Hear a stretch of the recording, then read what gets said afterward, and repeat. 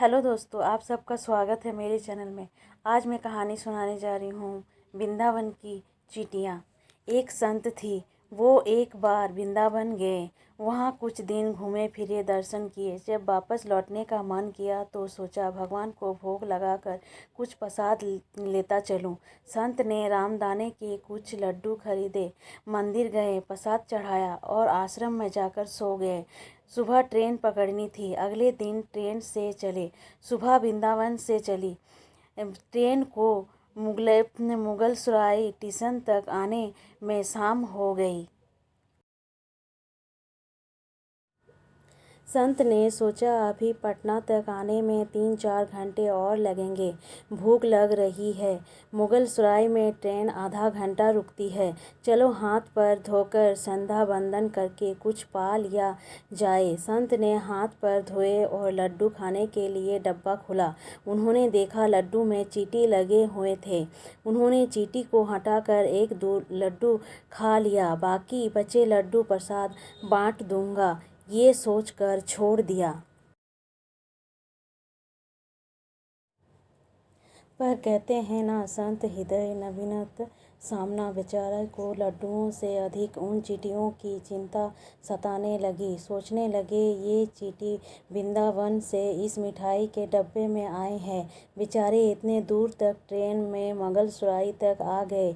कितने भाग्यशाली थे। उनका जन्म वृंदावन में हुआ था। अब इतनी दूर से पता नहीं कितने दिन या कितने जन्म लग जाएंगे इनको वापस पहुंचने में। पता नहीं ब्रिज का धूल इनको फिर कभी मिल भी पाएगी या नहीं। मैंने कितना बड़ा पाप कर दिया, इनका वृंदावन छुड़वा दिया। नहीं, मुझे वापस जाना होगा। और संत ने उन चींटियों को वापस उसी मिठाई के डब्बे में सावधानी से रखा और वृंदावन की ट्रेन पकड़ ली। उसी मिठाई की दुकान के पास गए, डिब्बा धरती पर रखा और हाथ जोड़ लिया। मेरे भाग्य में नहीं कि तेरे ब्रिज में रह सकूं। मैं तुझे कोई अधिकार भी नहीं कि तो इसके भाग्य में ब्रिज की धूल लिखी है उसे दूर कर सकूं। दुकानदार ने देखा तो आया, महाराज चींटे लग गए हैं तो कोई बात नहीं, आप दूसरी मिठाई तोलवा लो। संत ने कहा, भैया मिठाई में इन हाथों से पाप होते होते रह गया, उसी का प्रायश्चित कर रहा हूँ। दुकानदार ने जब सारी बात जानी तो उस संत के पैरों के पास बैठ गया, भावुक हो गया। इधर दुकानदार रो रहा था, उधर संत की आंखें गीली हो रही थी।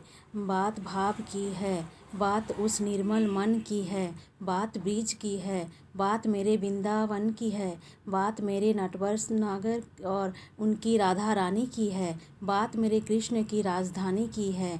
बूझो तो बहुत कुछ है, नहीं तो बस पागलपन है।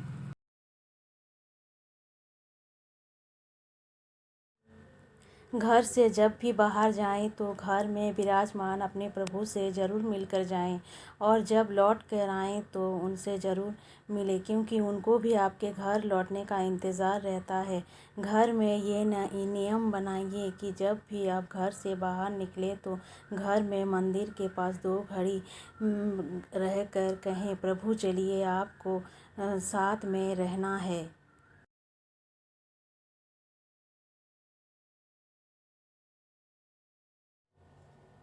ऐसा बोलकर ही घर से निकले, क्योंकि आप भले ही लाखों की घड़ी हाथ में क्यों ना पहने हो, पर समय तो प्रभु के ही हाथ में होता है।